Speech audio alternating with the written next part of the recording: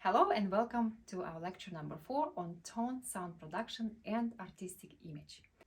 In today's lecture, we're going to discuss the stages, maybe some possible order of how to work on sound, where to start, where to go, in what direction to move. So let's assume that we work on the artistic image of the piece and do some sound work when you're already familiar with the work, when you can already play it hands together and you are not stumbling too much, right? So you basically solve the problems of the text of the piece already.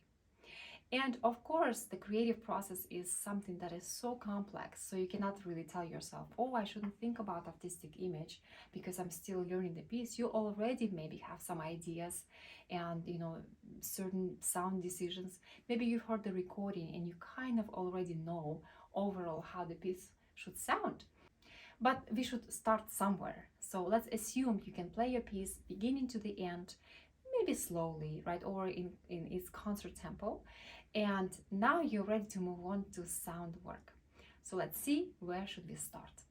Generally, there are 3 stages that you want to make sure you complete in your sound work. So stage number 1 is discussing and revealing for yourself what the artistic image is. And actually, what artistic image means is that you're really trying to go look deeply into the piece and understand its meaning, its character, and kind of ask this question to yourself: what is it all about? What is this possibly about? A lot of times, the name of the piece, for example, suggests certain artistic image, such as Clair de Lune or Fur-Elise or even Moonlight Sonata, even though it's not original title of Beethoven, but already you have some imagery that comes to your mind even after you just read the title.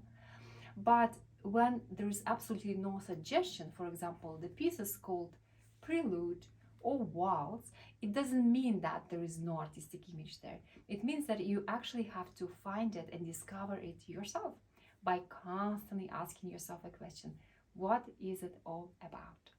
Stage number 2 is looking at the text and analyzing how this artistic image materializes in the score, right? So looking into the melody, the accompaniment, the key, the register, the rhythm, right? All these unique features of this particular piece, and trying to understand. You need to make sure you connect your artistic image, right? The character of the piece and how actually it materializes in the actual music, in the sounds of it.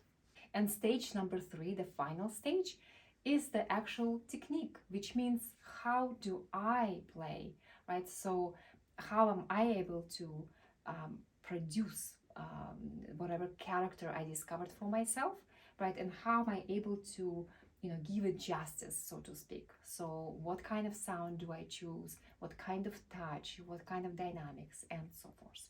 There's another very important aspect that we need to definitely talk about, is to figure out which time period this music belongs to.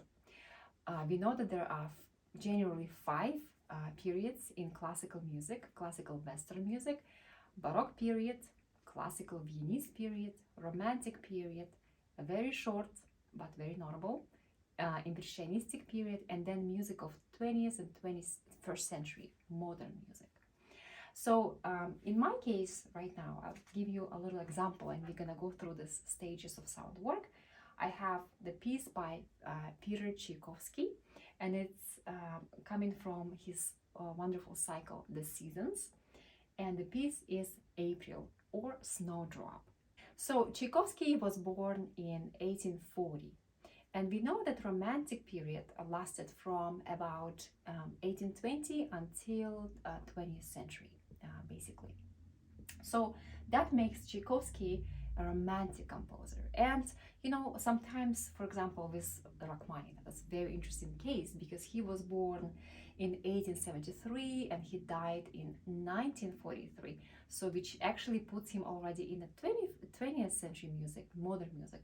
But because of his style, we still think that he is a romantic composer, and his music is just doesn't have that language of the modern music. So yes, the dates are very important, but then you also need to ask yourself whether it is romantic period or not. With Tchaikovsky, it's actually very clear. Yes, it is a romantic period of Russian music. Why do we need to know about the actual period? Because romantic period, for example, suggests a totally different style of music, a totally different expression. There's a lot of pedal that we use in romantic music. It's have a lot more freedom. It is more expressive.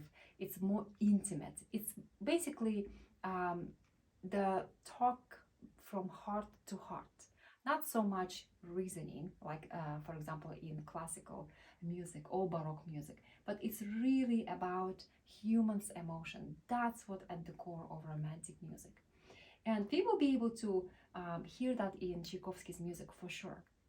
Now it would be always a good idea to get a little bit more information about composer, his particular style of writing, and also maybe some facts of his life, of his biography. And for example, with Tchaikovsky and the Seasons, it's very interesting to know that those pieces were written for a magazine. So there are 12 pieces, right? One for every single month. And Tchaikovsky had to write a piece, whether it's for January edition, for February edition, just write a very short piece for each edition of the magazine. And it was suggested to Tchaikovsky by the chief editor that these pieces don't have to be too complicated. So actually, it should be suitable for general use. People who are not very skilled with piano should be able to play it. So, kind of to reach more people. So to be, those pieces had to be very, very accessible and of course very pretty. Tchaikovsky actually was not really into that project because at that moment he was working on his Swan Lake Ballet, and he was really into writing some larger scale works. So, but he still kind of agreed and to this commitment and went with it. And the funny story is, Tchaikovsky had a couple of servants that lived in his house, and he asked one particular servant to remind him when this piece was due, and the servant would tell him, "Oh, Mr. Tchaikovsky, it's actually due tomorrow," and he'll be, "Oh my God," and just quickly go to the piano and just really write something super quickly. And maybe actually that's why the pieces have such a light-hearted character, and they all seems like it's just like beautiful, wonderful improvisation, very easygoing. Let me remind you how this piece April Snowdrop sound like.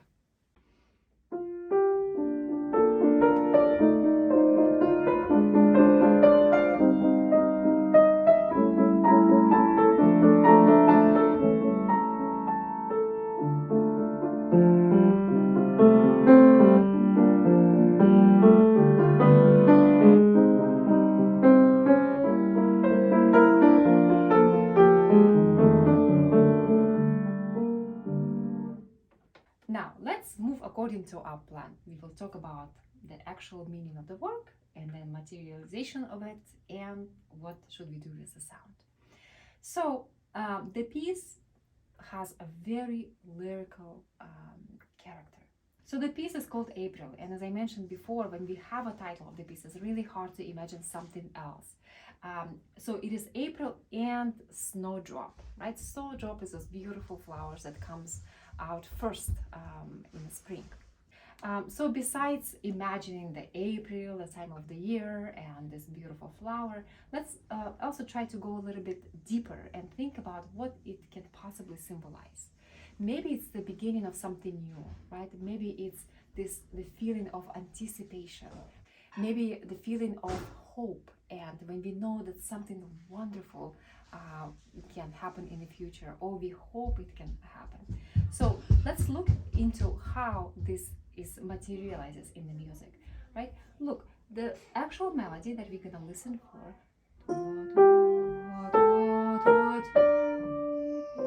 is always ascending, and it keeps climbing even higher, right? And then 3 times he repeats this intonation. It is so beautiful. The melody is climbing up. Another thing that I want to point out when we analyze, right, how the image is materializes in music, is that it goes step by step. Look at that. And only occasionally you have a skip, right? So it's very gentle way of building the phrase. You don't have a big, aggressive, and confident leaps. It's just step by step. So it's very naive and very gentle. This is how it unfolds.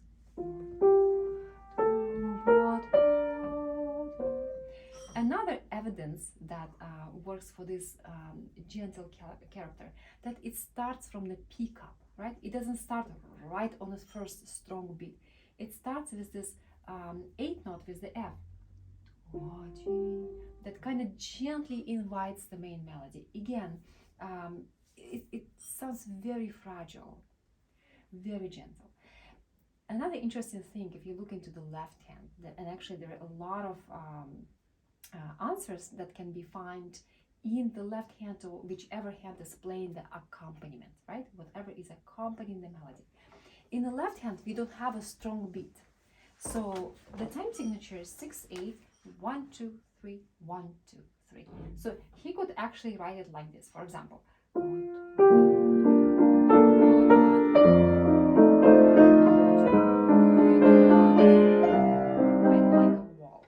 But then the character will be absolutely different, because we already have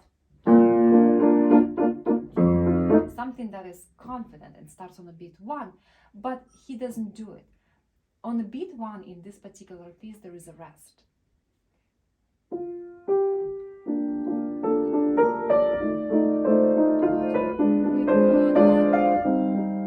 And so this first beat will actually not be present until the next section. So the first big section A is going to be strong beat less. So there will be not a single beat 1.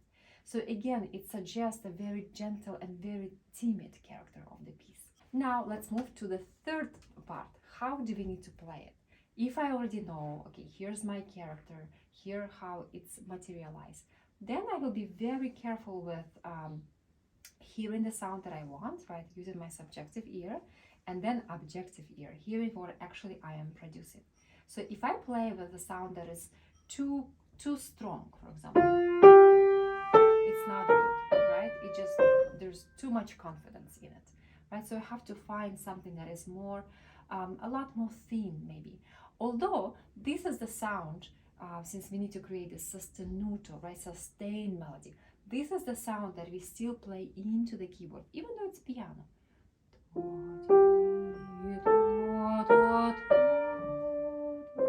Right? Because if I use the sound leggero out, like this, right, it suddenly stopped singing, right?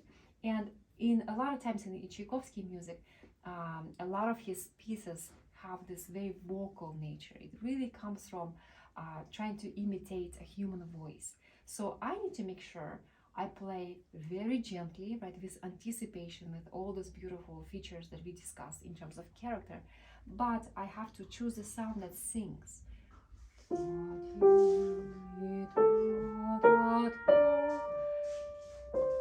What else I'm going to look into when I do my sound work and work on each hand separately? I'm going to look into the phrasing, right? So the phrase needs to have a beginning, it needs to develop, and then it needs to end. New phrase,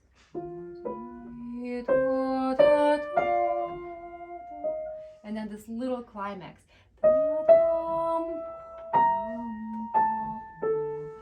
This part almost, it just reminds me, maybe when you dream about something and you just say, how I wish for this to be true, or how I wish for this to happen, right?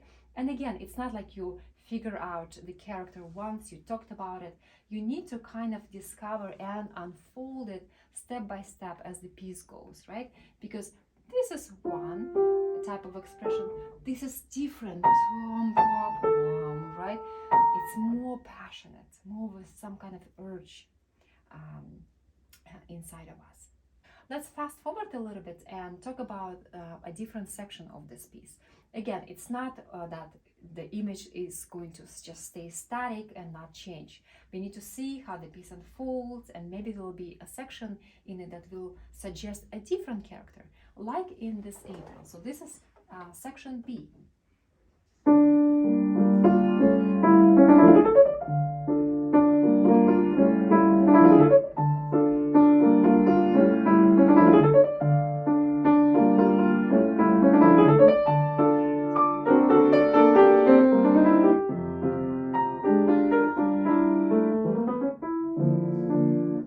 So here what we have is a completely different character, right? Music, first of all, moves to minor key, right? Our beginning was in beautiful B flat major. Now we moved into D minor. So of course it suggests already a more sorrowful character. And basically what we have in this section is actually the phrase that always repeats multiple times. And that phrase consists of two ideas. This is the first one. Maybe you ask or beg someone, right? There could be different interpretation of this melody, but it's very sad, right? And the second is more brisk and more just like more dreamy, more graceful. And in terms of the sound, I choose the in sound for the first part of the phrase right here, where I need to sing sostenuto in the keyboard. And for the second half, definitely, right, I need to really light leggero out of the key sound. And again, they constantly going to change. One measure in, one measure out, one measure in, one measure out. In the next section, music again change its face. So it becomes a lot more passionate when all my emotions are very hot. They all very heated. Right here.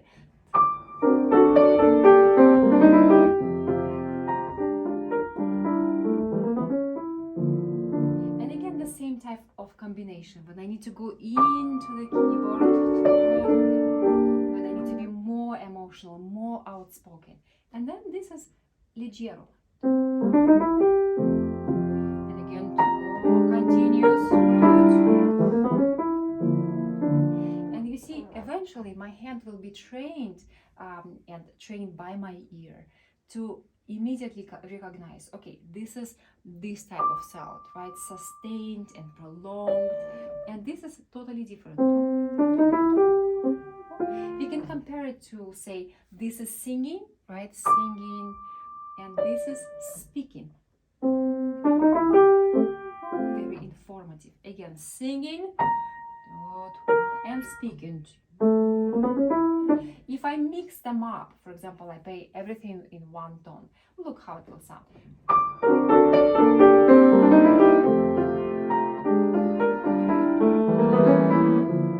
You feel like something is missing, right? Something is a bit of too much. Right here, it sounds so much better. And a lot of times, actually, there's really not one size fits all. So it's either this type of sound or that type of sound. A lot of times you can simply decide what you prefer, what is your preference. The only thing that your rendition needs to be convincing. You need to be able to convince. And in general, play with good taste. So I hope that inspires you to keep working on your sound, and most importantly, understand that it starts from being conscious to what you play, listening very closely to yourself, and understanding that your playing needs to be always meaningful. And in short, I want to recommend you to think of your playing as this is me speaking. So this is my speech. It's not like I just play, some kind of random combination of notes, or not random combination of notes, but I'm kind of distant from it. It really is my speech. So it really matters that I speak intelligibly, right? And I speak with meaning and with passion and with my own ideas. And of course, your ideas need to be paired with ideas of the composer. So it's very beautiful and a little bit mysterious union. Enjoy your practice and enjoy the work on sound. Remember, it's the most meaningful work of the pianist. And in our next series of lectures, we're gonna start talking about technique. It's very important and a very interesting topic.